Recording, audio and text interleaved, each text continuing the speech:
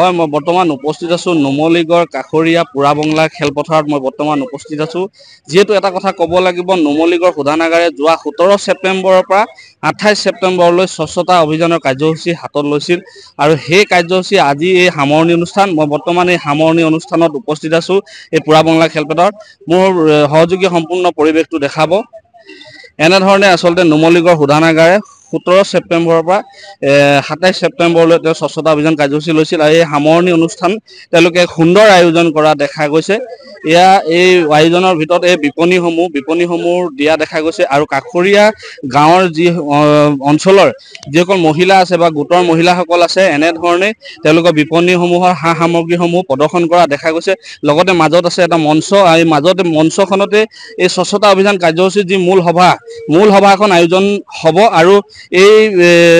মঞ্চতে গীতৰ অনুষ্ঠানো হ'ব এনেধৰণে এক সুন্দৰ আয়োজন নুমলীগড় শোধানাগাৰে কৰা দেখা গৈছে এই বিপণীসমূহ খুব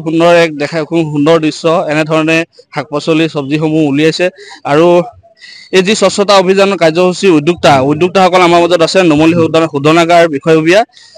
আমি তেখেতসকলৰ পৰা কিছু কথা জানিবলৈ চেষ্টা কৰিম ছাৰ এই কাৰ্যসূচীটোৰ বিষয়ে কওকচোন হয় স্বচ্ছতা কি সেৱা পখেৰাৰ লগত সংগতি ৰাখি আজি আমি পুৰাবংলা খেলপথাৰত এখন মেলা আয়োজন কৰিছোঁ এই মেলাত আমি বিভিন্ন ধৰণৰ কাৰ্যসূচী হাতত লৈছোঁ ইয়াত আমাৰ যিবিলাক কৃষি কৰ্ম আছে আৰু বিভিন্ন সেলফ হেল্প গ্ৰুপৰ লগত আমি যিবিলাক কাম কৰিছোঁ বা বিভিন্ন ডিপাৰ্টমেণ্টৰ লগত আমি যিবিলাক কাম কৰিছোঁ সেইবিলাকৰ আমি প্ৰদৰ্শনী এটা আয়োজন কৰিছোঁ লগতে ইয়াৰ লগতে আমি বিভিন্ন ধৰণৰ আমি সাংস্কৃতিক কাৰ্যসূচী আৰম্ভ কৰিছোঁ ইয়াত বিহু থাকিব ঝুমুৰ থাকিব মিচিং ডেন্স থাকিব কাৰ্বি ডেন্স থাকিব গান থাকিব আৰু এই প্ৰগ্ৰেমটোৰ যোগেদি এই কাৰ্যসূচীৰ যোগেদি আমি স্বচ্ছতাক সকলোৰে মাজলৈ লৈ যোৱাৰ এটা প্ৰয়াস কৰিছোঁ আৰু স্বচ্ছতাৰ যোগেদি পৰিষ্কাৰ পৰিচ্ছন্নতাৰ যোগেদি যাতে আমি সকলোৱে উপকৃত হওঁ আৰু আমাৰ প্ৰতিজন ব্যক্তিয়ে যাতে স্বচ্ছতাৰ কাৰণে নিজকে অলপ হ'লেও সমৰ্পিত কৰে সেই উদ্দেশ্য আগত ৰাখি আমি এই কাৰ্যসূচী হাতত লৈছোঁ আমি আশা ৰাখিছোঁ যে সকলোৰে সহযোগত আমি স্বচ্ছতাৰ বাৰ্তা সমাজখনৰ প্ৰতিটো স্তৰৰ ব্যক্তিৰ মাজলৈ লৈ যাব পাৰিম হয় ছাৰ এটা কথা ক'ব লাগিব বিপণীসমূহৰ মাজতে আমি দেখিছোঁ যে কেঞ্চাৰৰ এটা বিভাগ আছে গতিকে সেইটো কেনেধৰণৰ উপকৃত হ'ব বুলি ভাবে হয় আমি নুমলীগড় শোধনাগাৰে প্ৰতি বছৰে কেঞ্চাৰ বা তেনেকুৱা ধৰণৰ মাৰাত্মক ৰোগৰ কাৰণে আমি এটা ফাইনেন্সিয়েল এছিষ্টেণ্ট দিওঁ আমি সেই ফাইনেন্সিয়েল এছিষ্টেণ্ট দিয়াৰ লগতে আমি কেঞ্চাৰ যিহেতু এটা দুৰাৰোগ্য বেমাৰ আমি আসাম কেঞ্চাৰ কেয়াৰ ইনষ্টিটিউটৰ যোৰহাটৰ যিটো হস্পিটেল আছে তেওঁলোকৰ সহযোগত ইয়াত এটা কাউন্সিলিং এটা প্ৰগ্ৰেম ৰাখিছোঁ যাতে আমাৰ কেঞ্চাৰৰ ৰোগীসকলে তেওঁলোকৰ যোগেদি উপকৃত হ'ব পাৰে আৰু তাতো গৈ যাতে তেওঁলোকে চিকিৎসা সেৱা লাভ কৰিব পাৰে ধন্যবাদ আচলতে এনেধৰণে নুমলীগড় শোধনাগাৰে যি 17 ছেপ্টেম্বৰৰ পৰা 28 ছেপ্টেম্বৰলৈকে স্বচ্ছতা অভিযান কাৰ্যসূচী লোৱা দেখা গৈছিল আজি তাৰে সামৰণি অনুষ্ঠান আমি উপস্থিত আছোঁ আৰু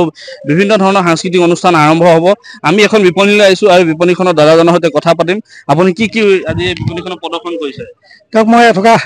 অসমীয়া কল আনিছোঁ জাহাজী কল তাৰপিছতে আনিছোঁ তেওঁক গোল নেমু তেনেকৈ আনিছোঁ তুলসী পাতৰ চাহ তেনেকৈ ঔটেঙা চাহ চাবাচনি গেছৰ চাহ বেঙুনীয়া চাউলৰ ক্ষীৰ আনিছোঁ তেনেকৈ ধৰক মই নাৰিকল আনিছোঁ অমিতা আনিছোঁ কুঁহিয়াৰ আনিছোঁ এনেকৈ এইবিলাক ধৰক গোল নেমু থোপা লাগি আছে এনেকৈ এইবিলাকে বস্তু লৈ আহিছোঁ ধন্যবাদ এই মোৰ সহযোগী দেখুৱাবলৈ অনুৰোধ জনাইছোঁ এই কলথোকা আচলতে কলথোকা এজনী 6-7 বছৰীয়া ছোৱালীতকৈও আচলতে ওখ হ'ব বুলি ক'লেও বেয়া নহ'ব এনেধৰণে আচলতে নুমলীগড় শোধনাগাৰে